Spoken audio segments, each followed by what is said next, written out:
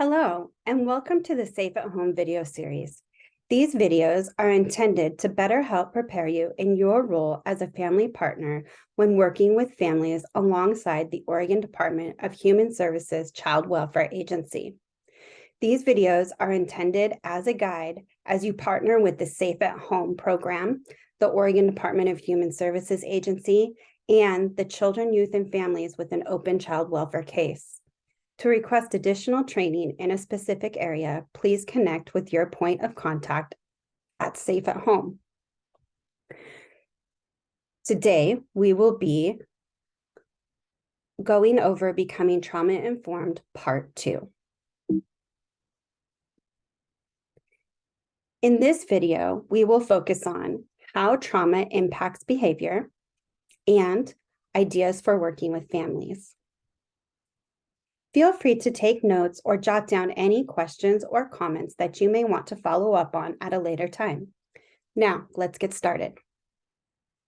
How trauma impacts behavior. In order to understand how trauma impacts behavior, we need to understand how the brain works. We will focus on three specific parts of the brain: the brainstem, which includes something called the midbrain, the limbic system, and the frontal lobe. Each of these areas are highlighted on the screen. The reason this is important when we're trying to understand behavior is because stress and trauma have a huge impact on the brain, and how we behave in the world is based on the activation of certain parts of the brain. I'm going to show you a series of 3 slides. These 3 slides show us some data that was gathered from the ACE study we talked about earlier on in video 1 when we discussed the prevalence of trauma. Remember that the ACE study used a survey with 10 questions. Each question was related to a specific type of abuse. And if you had an experience with that type of trauma, you would get a point for each question you had an experience with. This becomes your ACE score. Individuals can score a 0 all the way up to a 10. The study showed how ACEs can have a lasting effect on behavior and health. In this first slide, we are looking at different health and behavioral outcomes for someone with an ACE score of 0 or 0 adverse childhood experience. Please keep in mind that you can have a score of 0, but still have some of these behaviors or physical and mental health factors play in because of genetics and family history and other things that are outside of our scope of control. But for these 3 slides, we will be just looking at how the bubbles on the screen change and grow in relation to the impacts of ACEs on individuals' physical and behavioral health.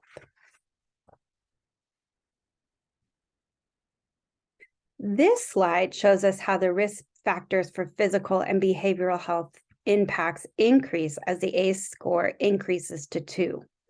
You can see certain areas growing, such as alcoholism and drug use, which really lines up with what we're looking at in regarding family stress factors. We see an increased risk for suicide attempts as well. Finally, we look at how having a score of 4 increases your risk of these physical and or behavioral outcomes. Here are some things to keep in mind for individuals who have a score of 4 or more. They are 12 times more likely to die by suicide. They are 10 times more likely to inject drugs. They are 4 times more likely to develop sexually transmitted diseases. They are 7 times more likely to struggle with alcoholism. They are 2 times more likely to have heart disease. They are 3 times more likely to have a serious job problem. They are 3 times more likely to experience depression. They are 2 times more likely to smoke tobacco. And 1.5 times more likely to have serious obesity.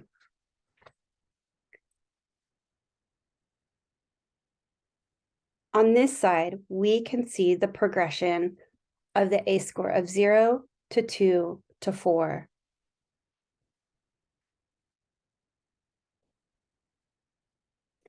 Now, let's round back to the parts of the brain that were introduced to you. We are going to start at the bottom of this list with the brainstem. The brainstem is at the base of our brain where our spine and our skull connect. It's responsible for helping us respond to threats. It interprets all of our sensory needs, such as regulating our body temperature, giving us clues when we need food, water, and sleep. It keeps us breathing, and it regulates all of our organs. Our brainstem is the most ancient part of our brain, and it's super important for helping us navigate the world and keeping us safe. There are some things we can do to really strengthen and nourish our brainstem, and those things are outlined on this slide. Anything that will activate our senses nourishes this part of our brain, like cooking or baking or music or fidgets. Those are all sensory inputs. Taking deep breaths, drinking water, and eating healthy foods are all things that help nourish and keep our brains healthy. Our midbrain, which is part of the brainstem but has a unique function, really helps with balance and coordination. Ways to nourish it is to engage in anything related to balance and coordination, such as exercise, dancing, singing, and playing an instrument. Coordination has a rhythmic component, so think about running, dancing, and basketball. All of those activities have a rhythm to them. Next is the limbic system, which sits in the middle of our brain. It's really geared towards social interaction, emotion, pleasure, and memory. This is an important area because this is where our brain's going to activate when we meet families for the first time, and their brains are going to be active in this area and assess to see if you are a positive, safe person that they can trust. Ways to nourish the limbic system is to spend positive time with safe family and friends. Service activities and groups or clubs also promote nourishment in our limbic system. The last part of the brain we're going to discuss is the prefrontal cortex. This is the part of the brain that is responsible for curiosity, learning, problem solving, self-control, and communication. Ways to nourish this part of your brain is to engage in quiet time to reflect. You can also nourish this part of your brain by reading, writing, and completing a puzzle. Even seeing an artistic performance can nourish this part of your brain. The cortex is the most recent part of our brain to develop, as it isn't fully developed until we are about 25 years old. For some of the individuals that you might work with, their cortex might still not be fully developed yet, which can help us understand their decisions and problem solving better. When we nourish our brain, it is regulated and acting in its best condition. Stress dysregulates the brain. Let's consider the definition of regulation. It is the ability to experience and maintain stress within one's window of tolerance. A window of tolerance is the number of stressors you can tolerate by using your coping mechanisms to reduce your stress. We all have a window of tolerance, and if that window is exceeded, we get tipped over the edge and become dysregulated. Regulation is generally where people are calm, focused, and relaxed. Dysregulation is the experience of stress outside of one's window of tolerance and is generally referred to as being stressed out or in a state of stress. Let's discuss this further on the next slide. This is the stress continuum. It tells us what part of our brain is in charge at what state of stress. In a state of calm, we are relaxed or tranquil, and our cortex is fully activated. The next state of stress is the state of alert. This is where we move from our cortex to more of our limbic system. This is when we're engaged in learning, or we might be more observant, or we're interacting with other people. This is where good conversation might be happening, or you might be teaching a new skill. There's a huge relational component in this state, as we know that people will only really learn from individuals they trust. So that's why the limbic system is so active during this time. When we move into the state of alarm, this state of alarm is when danger or fear might start creeping in. This is where our safety starts to get threatened. Maybe it's a threat from a stranger, or you're being approached by someone you don't know. Maybe you feel like you're being picked on for no reason and you're starting to get defensive because you're feeling threatened. This is where we start to see reactions from our brain. These reactions are known as fight, flight, and freeze, and they're designed to protect us. Now, if our brain determines that the fear or danger was a false alarm, we can work to get regulated and move back into a state of alert. But if you have not learned these skills to regulate yet, most likely you will continue to move up the stress scale unless you have someone who helps bring you back to a phase of alert. They can provide co-regulation, which is regulating with another person. By saying something like, oh, it looks like you might be feeling a little stressed out by what's going on right now. We should take a quick breath, or let's pause for a minute before we continue. Or what do you need to help yourself get calmed down? It's important to be attuned and understand the temperature of the room so that if someone you're working with moves beyond the state of alarm, you can offer an opportunity for regulation that is appropriate and supported by the safety plan. After alarm, we move into the states of fear and terror. This is where the brainstem takes over and moves us to behave in ways to keep us safe and stay as safe as possible.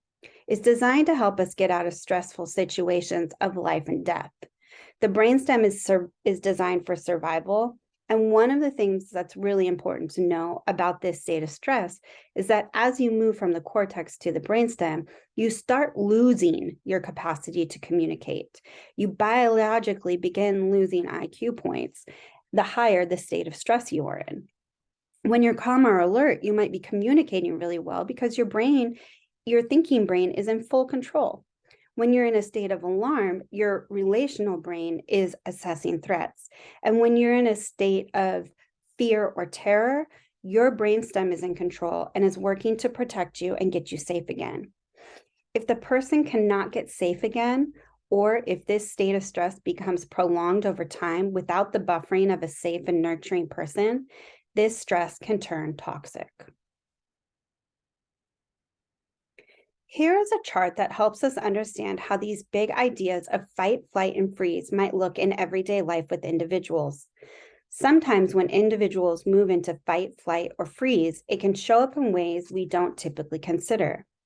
Keep in mind that if an individual is in a state of fight, flight, or freeze, they are not regulated. They are in a dysregulated state. Some behaviors that might indicate a state of flight would be withdrawal. Maybe you see people, like lean back. They stop engaging in conversation. They might actually walk away. They might appear to start daydreaming or just get kind of disconnected. It might appear like they're sleeping. Instead of engaging, they might start avoiding people. They stop answering your phone calls, or they don't answer the door right away. They might hide or wander off. Some behaviors that might indicate a state of fight it could be acting out, or it could be aggressive. They could be refusing or defiant. It could be being overly silly or hyperactive, or maybe they're being argumentative. Some behaviors that might indicate a state of freeze would be that the person is kind of numbed out. They're refusing to answer. They might be refusing to engage and not responding to you. They might be refusing to get their needs met. They might be giving you a blank look. It might appear like there's almost an inability to move, or acting like they're stuck. Or giving you the answer, I don't know. When these behaviors come up, we can assume that the individual is in a dysregulated state. And it's really important that we offer ways to get these individuals back to regulated states so that support can effectively continue. Offering regulation should be done with the guidance of the safety plan while understanding and ensuring the child's safety, and never at its expense. Ideas for working with families. Consider these ideas when incorporating trauma-informed practices. There are 5 areas we can do this within, which all aligned with the trauma-informed principles we discussed in video 1. First is safety. Some of the things you can do to promote and ensure a child's safety and your safety is to be transparent about your roles and responsibilities. Oregon Department of Human Services Child Welfare will facilitate this discussion with you and the family. Everything discussed will be listed in the safety plan, which you will receive a copy to refer back to. You should be operating in accordance with the safety plan at all times. There may be instances where you may need to remind families of your role and their expectations. Remember to always openly communicate and ask questions of the caseworker or your point of contact at Safe at Home when you're uncertain of things. Refer to the family to their caseworker when you don't have an answer. Also, remember, you are a mandated reporter and you are required by law to report suspected child abuse to the Child Welfare Hotline at 1-855-503-7233. To help build trustworthiness, be clear and consistent about your role, boundaries, and expectation. Be self-aware of your own biases. Remember, if we're aware of what's coming up for us, then we can thoughtfully respond to our own thinking as judgments come up and adjust our responses. Lead with compassion and an equity lens. Remember what you learned about trauma and be aware to further limit harm for families. Be aware of your own emotional reactions and responses. Do you know what you look like when you're stressed? Do you know what you sound like when you're stressed? Do you know how you behave when you're stressed? And do you have the skills and mechanisms in order to get yourself back into a state of regulation when you're stressed? These are important questions because we can't help serve families if we're stressed out. If you are dysregulated, you cannot help another person achieve regulation. It's important that you are the regulated individual in your interactions with families. Actively listening and being curious about what's happening, meaning listening to hear the individual and listening to learn about the individual, and not just listening to respond to what they're saying. Next is choice. Think about giving options when problem solving with families and providing opportunities for choice and shared decision-making as appropriate within the safety plan. Collaboration. This is about working to create a partnership where you do with or you're supporting families versus doing to or doing for a family. Respect ideas that they share. And remember, as a Safe at Home family partner, you are collaborating with Oregon Department of Human Services Child Welfare to help a family meet their individualized goals. And the way you help with that is you operate within the scope of the safety plan and maintain communication, compassion, and empathy. Empowerment comes in when we solicit feedback from families and really help create hope for growth and change in their lives. In summary, understanding the idea of trauma-informed care is important as you become a family partner. It will allow you to approach families with compassion and understanding as you work to support parents and/or caregivers so they can provide safe and healthy environments where their children can grow and thrive. Thank you for your time today as you move through this video. Please let your contact at Safe at Home know if you have any further questions, and be sure to check out the suggested videos to learn more about any of the topics discussed with you.